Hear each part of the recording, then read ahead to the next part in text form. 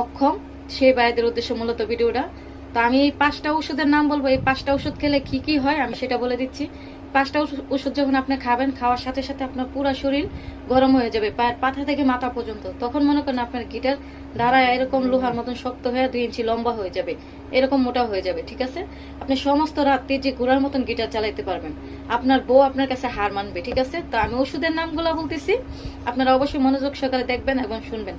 4-5টা কিশমিশ নিবেন, একটা হাতের তালার মধ্যে 4-5টা কিশমিশ নেবেন, একটা এলাচ নিবেন, 3-4টে লবঙ্গ নিবেন, একটা কাঠবাদাম নিবেন, অল্প কয়টা কালি জিরা নিবেন, নিয়ে অল্প একটু মধু দিয়ে ভালো করে নাড়াচাড়া দিয়ে এটা বিছানা যাওয়ার 5 মিনিট আগে চাবায় খেয়ে ফেলবেন। চাবায় খায়া আপনি যখন বিছানায় যাবেন, যাওয়ার সাথে সাথে আপনি নিজেই বুঝতে পারবেন, আপনি